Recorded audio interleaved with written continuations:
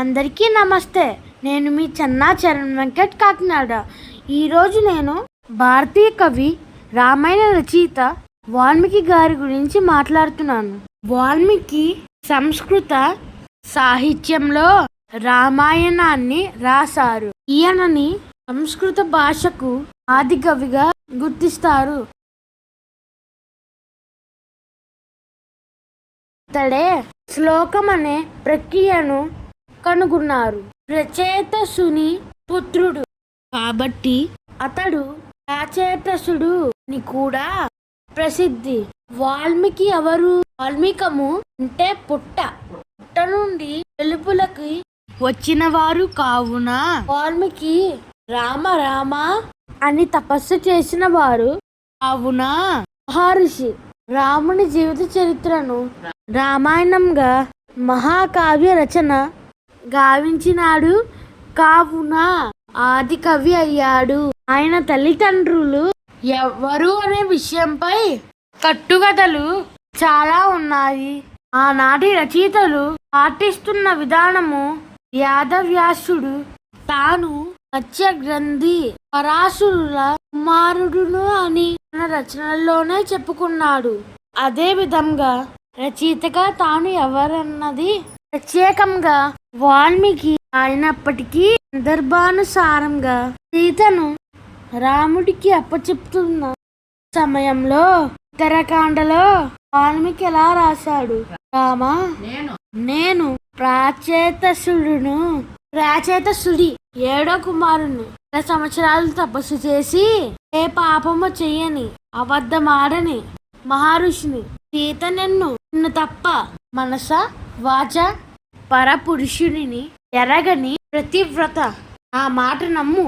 సీతను ఏలుకో. మాటలు తప్పు అబద్ధము అయితే కాలము నేను చేసిన తపస్సు భగ్నము అవుగాక అంటాడు. వాల్మీకిగా పిలువబడుతున్న మహర్షి పేరు ప్రాచేతసుడు అని మనం గుర్తించాలి. ఆయన మాటలలో నిజాయితీ ఉక్తి పడుతుంది.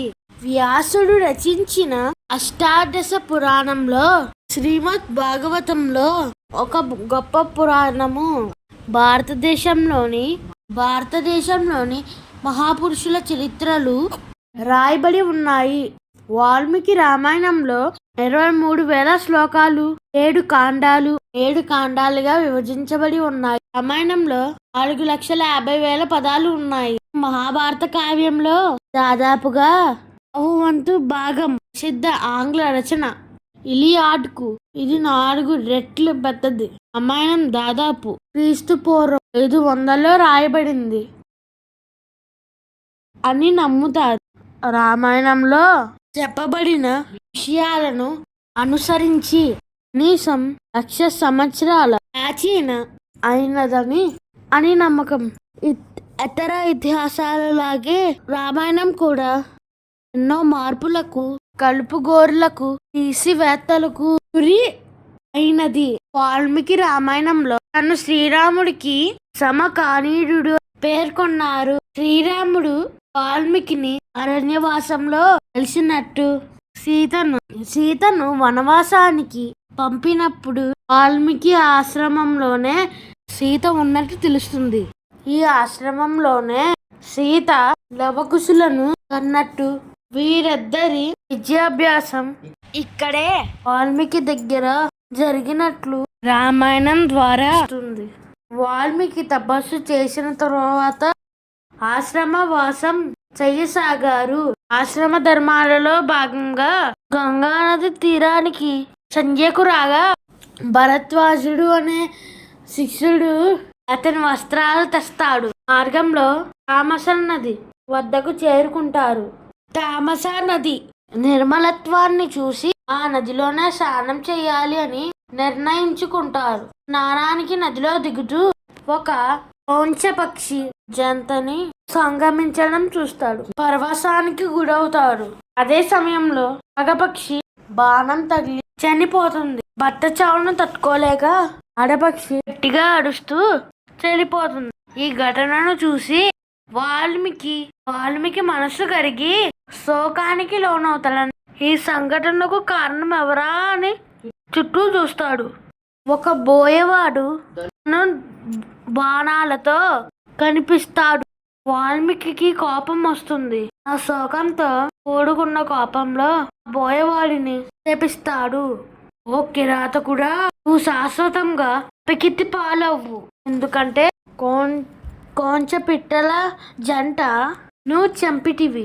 వాల్మీకి వివిధ ప్రదేశాలలో బస చేస్తూ అడవి ఆకులు దుంపలు తింటూ విశ్రాంతి సమయంలో తన రామాయణ కావ్యాన్ని దేవనాగరి లిపిలో రాస్తూ తను వెళ్ళిన ప్రదేశాన్ని కావ్యంలో పేర్కొన్నారు. ఆంధ్రదేశంలో ఉన్న గోదావరి నది తీరంలో విశ్రమించి ఆ తర్వాత వృద్ధాప్య దశ వచ్చేసరికి తమిళనాడు రామేశ్వరం సముద్రగట్టు వద్దనున్న టోల్ వీధిగా శ్రీలంక ప్రవేశించారు. శ్రీలంకలో తన రామాయణాన్ని యుద్ధకాండతో ముగించారు. వాల్మీకి తన జీవిత కాలాన్ని శ్రీలంకలోనే ముగించాడని విశ్లేషకులు భావిస్తారు. మహానుభావులు ఇతరుల గురించి ఆలోచిస్తారే తప్ప తమ గురించి తాము ఆలోచించరు. షిరిడి సాయి విషయంలో కూడా తాను గురించి తాను ఏమీ చెప్పుకోలేదు.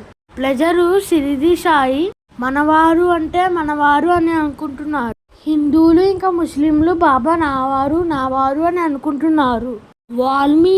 వాల్మీకి పేరు రత్నాకరుడని, ఆయన పూర్వ ఆశ్రమంలో దొంగని కొందరు రాశారు. ఈ కట్టుకథలకు ఆధారం లేదు. వాల్మీకి మహర్షిని వార్వలేక చాలా మంది చాలా రకాలుగా తప్పుడు ప్రచారాలు చేశారు. వాల్మీకి కిరాతకుడు అనే దృక్పథంలో చూస్తున్నారు. ఆది మానవుల కాలంలో ఇతర జంతువుల బారిలో పడకుండా వాల్మీకిని ఎంతో ఆరాధించే కాళిదాసు తపస్సు ఆయన ప్రధాన సద్గుణం. ఆయన సప్రవర్తమే ఆయనను మహర్షిగా చేశాయి. వాల్మీకి ఒక ముని కుమారుడు అని, చిన్నప్పుడు తప్పిపోయినప్పుడు బోయవాడు తీసుకువచ్చి పెంచాడు అని కథ కూడా ప్రచారంలో ఉంది. నారదుని సలహా మేరకు వాల్మీకి ఈ రామాయణాన్ని రచించారు. శ్రీరామ రామ రామేతి రమే రామే మనోరమే సహస్రనామ తత్తుల్యం రామనామ వరాననే. శ్రీరామ రామ రామేతి రమే రామే మనోరమే సహస్రనామ తత్తుల్యం రామనామ వరాననే. శ్రీరామ రామ రామేతి రమే రామే మనోరమే సహస్రనామ తత్తుల్యం రామనామ వరాననే. శ్రీరామ రామ రామేతి రమే రామే మనోరమే సహస్రనామ తత్తుల్యం రామనామ వరాననే. శ్రీరామ రామ రామేతి రమే రామే మనోరమే సహస్రనామ తత్తుల్యం రామనామ వరాననే.